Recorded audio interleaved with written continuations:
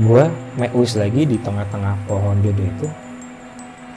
Bukan ditolak, bukan mental. Lo tau nggak? Gimana? Pohon beringinnya kayak ada angin, muter-muter. Muter-muter pohon beringinnya.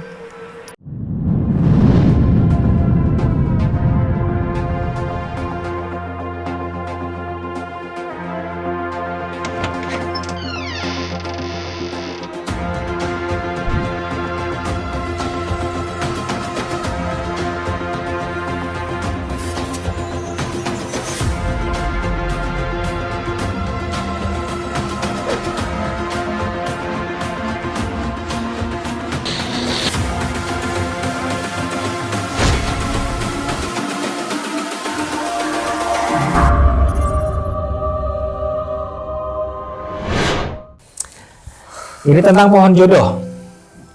Ada mitos kalau mau dapat jodoh, kalau belum masih jomblo, make wish di pohon jodoh tuh ntar bisa punya pacar.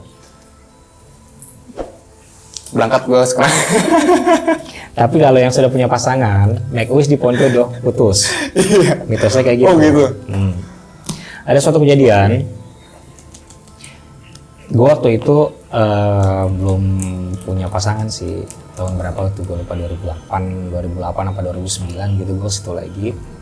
Gue iseng. Ini kan jadi pohon jodoh itu ternyata pohon beringin kembar. Yang satu besar, satu kecil. Jadi yang kecil itu dibarkan perempuannya, yang besar laki-lakinya. Jadi gini nih, non minjem itu. Anggap ini pohon yang pohon perempuannya, ini pohon laki-lakinya. Mereka ini berhadapan begini. Dulu tuh nggak ada bangku, sekarang ada bangku dan ditulis pohon jodoh.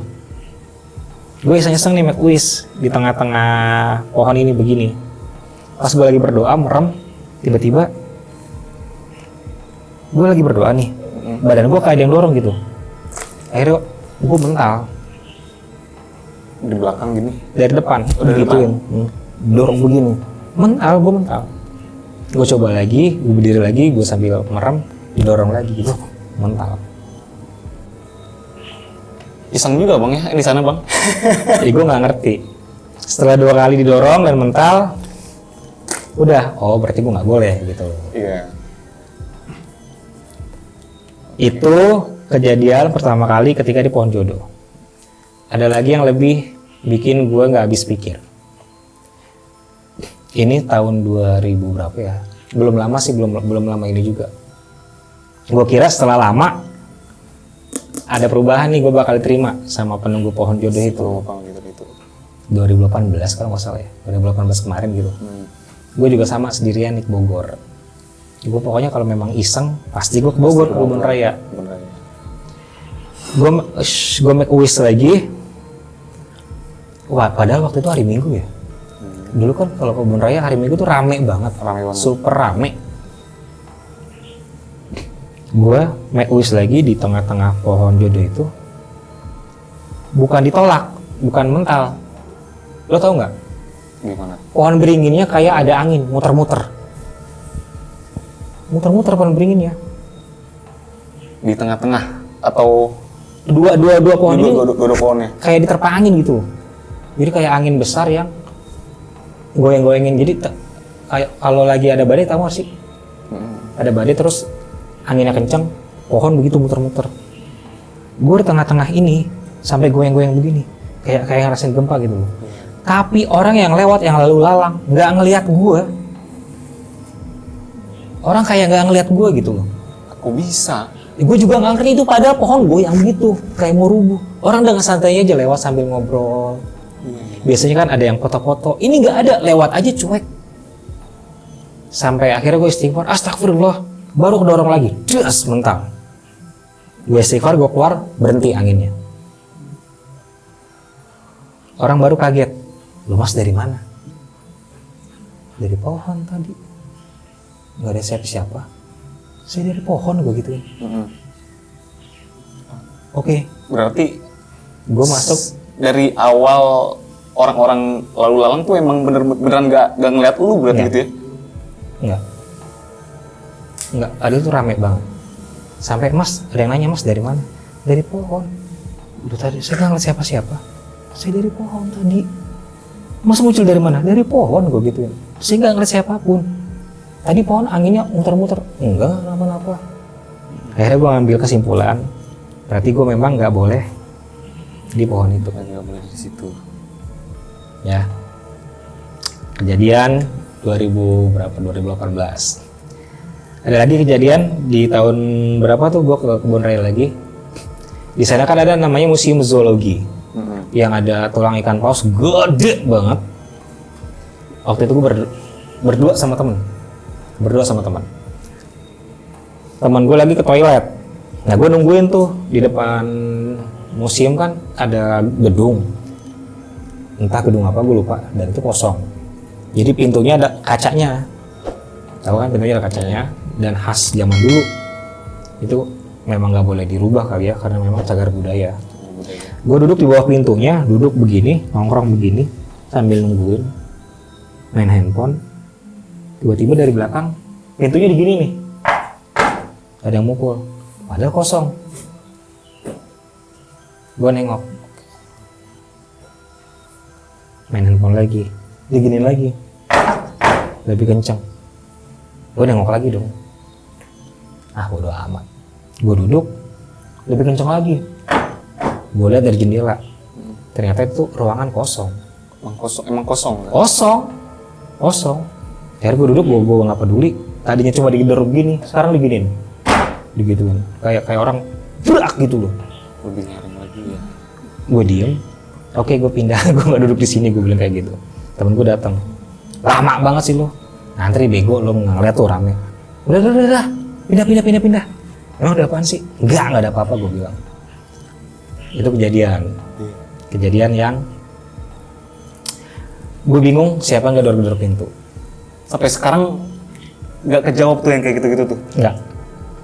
Terus ada lagi satu kejadian yang bagi gue ini gila banget. Agak sensitif sih ini, gue bingung ngomongnya gimana ya. Di Bogor tuh ada salah satu, jangan deh, ini kita skip deh. Ini karena sensitif banget. Kita skip dulu.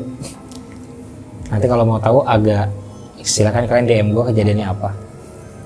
Intinya gue disuruh bunuh diri. Sama siapa, Bang? Sama sosok penunggu di sana. Di kebun raya. Di kebun raya.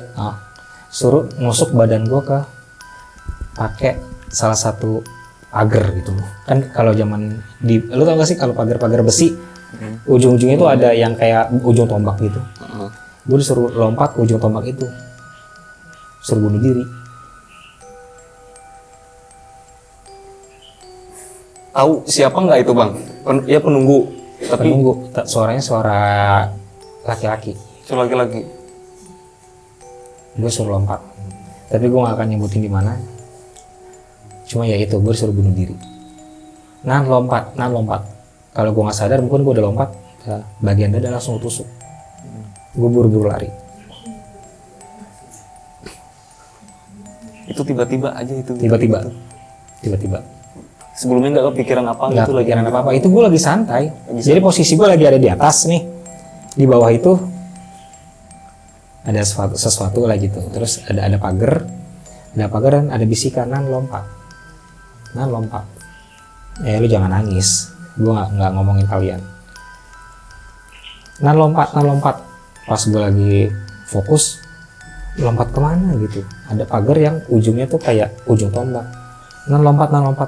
Wah gila, kalau gue turutin mungkin gue udah langsung cep gitu loh. Di bagian ini. Akhirnya gue lari. Oke. Itu kejadian yang beberapa kali setelah ke kebun raya Bogor. Ada lagi. Waktu pas di kebun raya juga sih. Di kebun raya lagi, di Jembatan Merah. Waktu di Jembatan Merah kan pertama kali datang gue ngeliat kayak pilar-pilar. Pas lagi moto-moto di Jembatan Merah yang tadinya rame, nggak tahu tiba-tiba sepi. Gue ngeliatnya itu sepi gitu loh. Gue ngeliatnya sepi, ada bisikan, nan lompat. Gue disuruh lompat kali. Nan lompat. lompat gitu, suara laki-laki.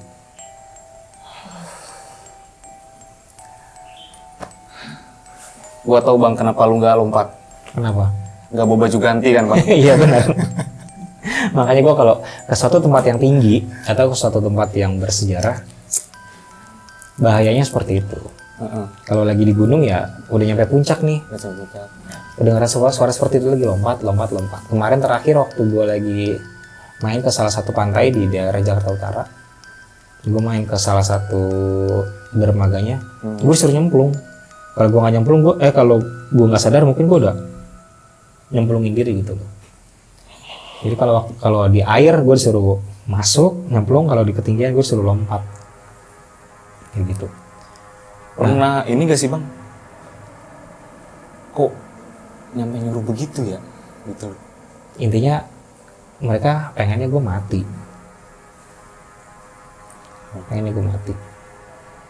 Dapat sosok lagi nggak? Ini yang bolak-balik itu ya? Yang bolak-balik. Tapi dia pakai topi ya. Seharusnya pakai topi dia nih. Ini enggak. Nih. Harusnya pakai topi nih dia nih. Harusnya pakai topi. Yang sosok bolak-balik itu. Nah, yang masih gue penasaran sih sebenarnya kalau mau ke Bogor tuh, ya itu pohon jodoh.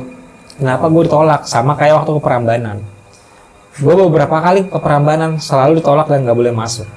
Ini kenapa juga di pohon ini gue ditolak? Pertama di pentalin gitu. Kejadian kedua, gue udah di tengah-tengah, gue udah make wish, tapi kayak udah pindah dimensi ke alam lain. Pindah dimensi. Sebenarnya gue udah pindah dimensi sebenarnya itu.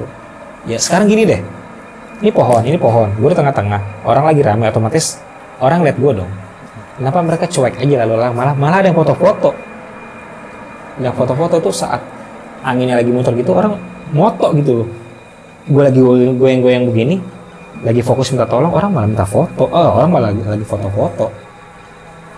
Akhirnya pas gue istighfar, astagfirullah, gue keluar, yang moto tuh kaget. Mas, dari mana ya? Gue dari pohon. Tadi nggak ada orang mas, saya di tengah-tengah, gue gitu. Gue mencoba berpikir liar gitu loh bang. Apakah mungkin gitu? Itu jadi pintu dimensi gitu ya? Itu sebenarnya pintu dimensi. Pintu dimensi itu? Pintu dimensi. Kalau boleh tahu nih bang, kalau dari sepenglihatan lu, dari pengalaman lu yang itu, bedanya apa sih sama dunia sekarang sama dunia nyata gitu, katakanlah nyata? Gue belum pernah masuk secara real, kan kalau kata orang ada perkampungan gaib segala macam. Gue belum pernah masuk secara real, cuma yang gue di pintu, yang gue di pohon jodoh itu, yaitu gue ada tapi orang pada nggak ngeliat. Berarti gue memang udah di dimensi lain dong. Tapi kalau untuk gerbang portal yang dimensi makhluknya masuk ke dunia nyatanya, gue ngeliatnya di gedung Menara Saida. Itu udah gue ceritain di cerita yang kemarin. Penasaran, lihat aja di Menara Saida. Jadi gedung kosong, muter-muter kayak black hole, kayak pusaran angin. Ternyata itu adalah tempat mereka para makhluk itu keluar ke dalam gedung. Kayak itu gue lihat. Di game tuh kayak semacam portalnya itu ya. Nah, ya. Jadi mereka turun aja gitu. Turun dari pusaran itunya beribuan bahkan. Dan ada yang jagain di bawah, makhluk besar tinggi kayak penyihir hitam gitu, pakai jubah hitam, dan udah digambar juga. Masih ada nggak gambarnya? Ada ya. Nah itu, jadi pengalaman gua waktu di Kebun Raya itu tuh ngelihat mungkin itu Raffles kali ya, karena adanya di Tugu Raffles. Terus yang penasaran, yang masih gue bikin penasaran tuh yang ketok pintu. Siapa? Lalu si hantu, gue nyebutnya hantu aja kali ya, hantu anak Belanda yang cantik gitu. Pokoknya kalau kalian penasaran, silakan ke Kebun Raya, ke makam Belandanya. Posisinya ada di masuk pojok sebelah kanan. Ini nisan nih, ada nisan lagi. Di sebelah kanan ada nisan lagi yang paling kecil tuh, nanti ada bacaannya. Meninggal karena kolera. Ada keterangannya di Ada situ. keterangan, tapi dalam bahasa Belanda ya. Cuma yang gue ngerti cuma pas gue lagi ngeraba begini, oh iya sakit. Si anak tuh juga pucet dan kayak nahan sakit. Nah sedihnya karena orang tuanya meninggal di situ juga, tapi udah dipindahin. Kenapa dia nggak ikut dipindahin gitu? Iya. Itu beberapa kejadian. Terus gue ngeliat pilar-pilar. Sebenarnya sih kalau orang yang bisa nembus di jembatan merah itu setelah ngeliat pilar-pilar itu, ada beberapa, kalau gue bilang benda pusaka kali yang bisa diambil. Pusaka. Nah itu setelah gue flashback, gue nge-searching, ya ternyata bagian dari sisa-sisa kerajaan Pajajaran. Maaf kalau salah, itu hanya saat saya searching. Saya kan penasaran nih, kok di bawah kali ada kayak keramik gitu rata, tapi kayak ada bekas pilar-pilar begini. Gue searching, ternyata bekas sisa-sisa kerajaan Pajajaran. Lo kan Bogor nih, Bogor di mana tadi? Cibatok, yaudah. Nanti kalau udah agak corona mulai melonggar, kita buktikan. Oke. Di pohon jodoh. Sebab kemarin waktu di Prambanan, temen gue udah ngebuktiin nih, kalau gue di Prambanan ditolak, saat teman gue ke Prambanan juga berdua sama gue nih, padahal di luar Prambanan ya, kita cuma nyentuh area tempat naruh dupa.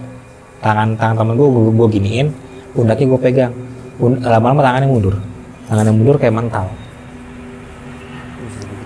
Nah, jadi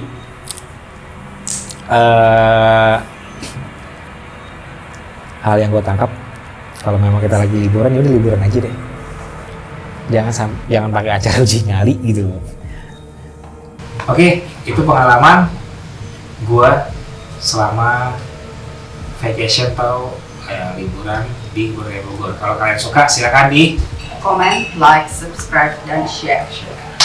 Punya Instagram? Punya. Apa? Farhan Ramadiansyah. Farhan Ramadiansyah. Ramadian S Diansyah. Ntar ada lah ya. Ntar ada Farhan Ramadiansyah. Oke, Farhan, terima kasih udah jadi partner gue pada malam hari ini. Oke, sama-sama makasih juga lo Bang. Udah mau sharing. Nanti tinggal didengar lagi Bang. Sebab kasihan ada Niko. Ya. Terima kasih. Gue Runan, Baby Brenda, Farhan, di Misteri. everyone has a story.